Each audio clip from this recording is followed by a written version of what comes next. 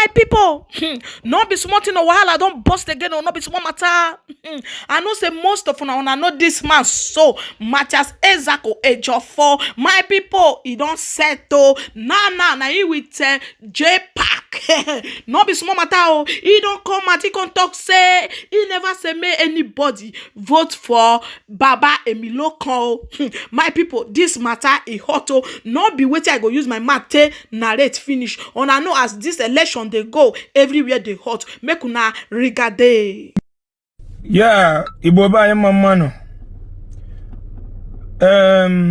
Coach Liazelo.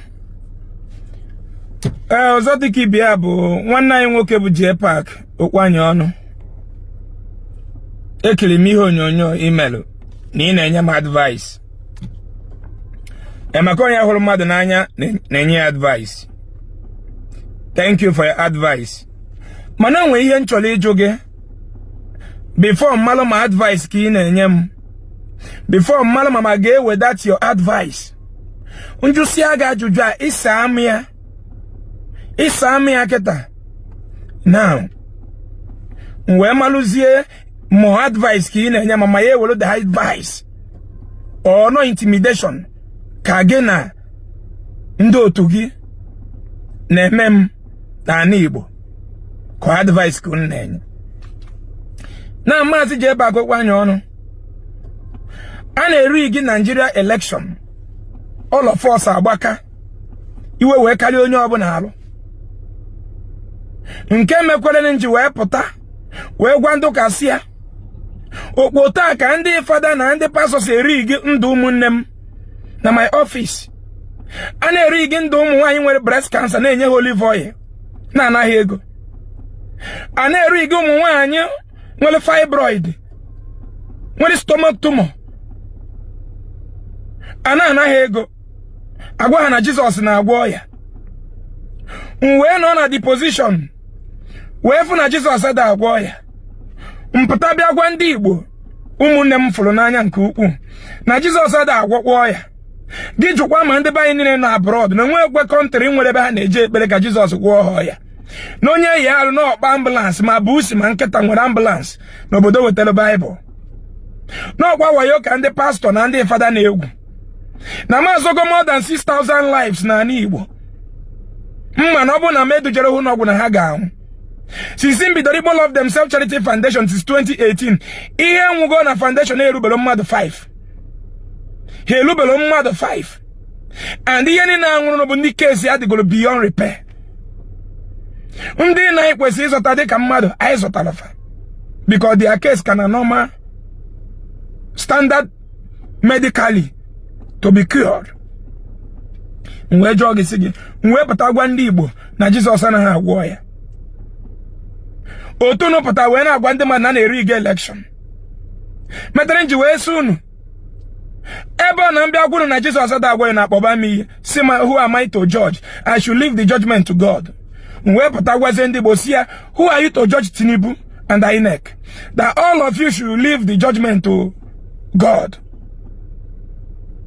Wee jogu Jpac enwe mbọsị m nwe beze akụpụta mepe ọnụ si ndị mmadụ ji etu ọrụ Tinubu vote rapụ nwanne anyị nwoke bụ Peter Obi ka ọ maka na Christianity inweghị ike excel with eziokwu na Nigeria. Ina ha asasị, you will never be a good Christian na Nigeria.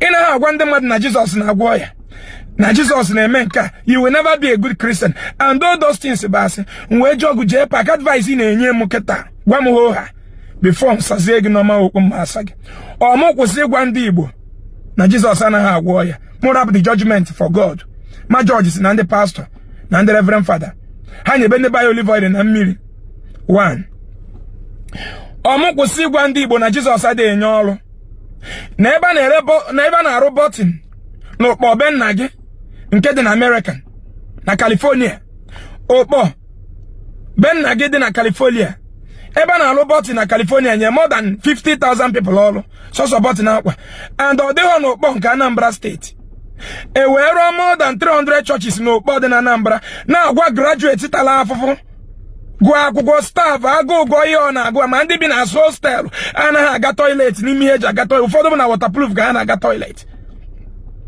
ụfọdụ na bath because of how dirty their hostel is. Muna ya tacha afụfa ọ bụrụ na ndị na-achị obodo dị na industry. Reverend Father na pastor emepe ọ na-agwa ha na Jesus na-enye ọrụ. Mbaka host a crusade, more than millions of people na-abịa na-agwa ha kedu ndị na-achọ ọrụ ha chinyeli Jesu aka enu na Jesu na-enye ọrụ. Jpac mwepụ obodo oyibo mwefie na-enye ọrụ n'obodo oyibo. Nke gị nwa Jpac video ana ha eme video akata ọkọtọ ọkwa onye nwunye ya mụrụ nwa n'ụlọ ọgwụ with operation since last year na akpọ m ebe akwa mana ya deba. Now gị nwa Jpac jekwe kata wee fụ na onye ọna dị 14 years old bụ citizen of Qatar achọrọ ịrụ ọrụ ga na-arụ ọrụ. Even na 80% of Qatar they are not even working and government is paying them. Wee jụọ gị gị Jpac ọkama na ndụ ka leader anyị na crusade na government house ka anyị bụ ndị youth man ihe mere na anyị nweta ọrụ bụ government ka ị support reading na-eme adoration na Onitsha na-eme na Enugu na-eme na Nsụka na-eme everywhere ka youth nweta ọrụ. Wee sị gị ọma gwazi na ndị youth anyị na Jesus anaghị enye ọrụ na ihe na-enye ọrụ bụ government. Ha nye aka nye obodo ọkụ ma ihe na-adị normal, then individual could not be able to start building industry. Individual can take loan from government with their industry.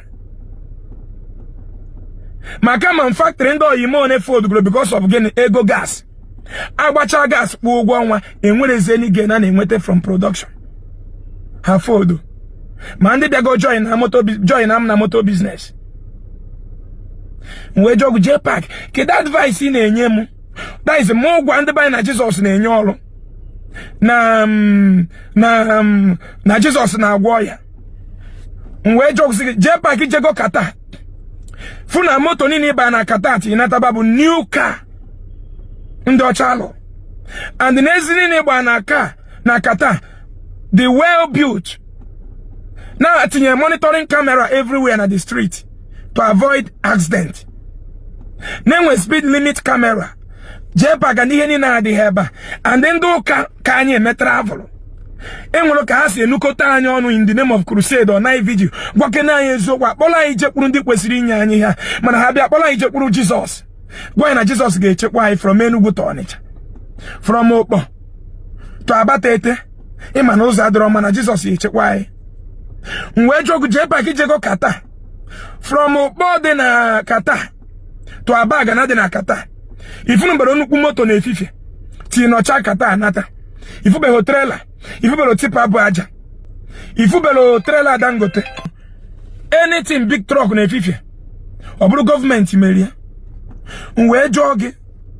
Ọ ma gwazi na ndị banye na Jesus anaghị echekwa mmadụ from Okpo dị na Anambra to Abaga na nnukwu moto ga-egbu ha. Na ọ dabatakwara m nwa bụ Ezeaku na ọ ga-egbu m. Na onye ọbụla na-enye gị stika gị mado na moto no na-eche gị ma ọ na-agwa gị na Jesus ga-eche gị from Okpo Anambra to Abaga na Anambra no 419 no scam. Onye nwa bad advice na-enye m ekpuzini ya m support ọ na Jesus ga-eche ndị baị mana ọnwụ na-egbu anyị trailer na-egbu anyị everyday. Mgbe na-ajụkọ ka mma na ndụ ka na-agwa anyị enye anyị assurance na ọpụpụ na mbata anyị ga-abụ ngọzi ka ọ ka mma ịnụkọla ije kwuru ndị a na-enye ọpụpụ na mbata ịbụ ngọzi taa na Japan na Qatar na South Korea na Dubai na London na Italy na Spain na Malaysia. Ọkamma ndị akpọrọ gọọmenti ọkamma na ndị ụka mere ihe na-akpọ peaceful protest ọsịkpọkenia crusade na gọọmenti house. Gwa anyị na gọvanọ na ebe a na House of Rep na president na senator na ha nwa ga-enye anyị at least anyị amalụgodo na so onye mara ihe na-eme ya achọ ọgwụ banyere. Wee jogu Jpac ị na-enye m advice m kwụsịkwe ndị a because ama m na nwere mbọsị kpọrọ m na phone ma mbọsị apụta na Facebook si na Ezeaku zuru mmadụ oshi na onwe nyere m ego nrie ya. Enwere bụrụ ihe ọjọọ m chere echiche ka m mee na Igbo for once.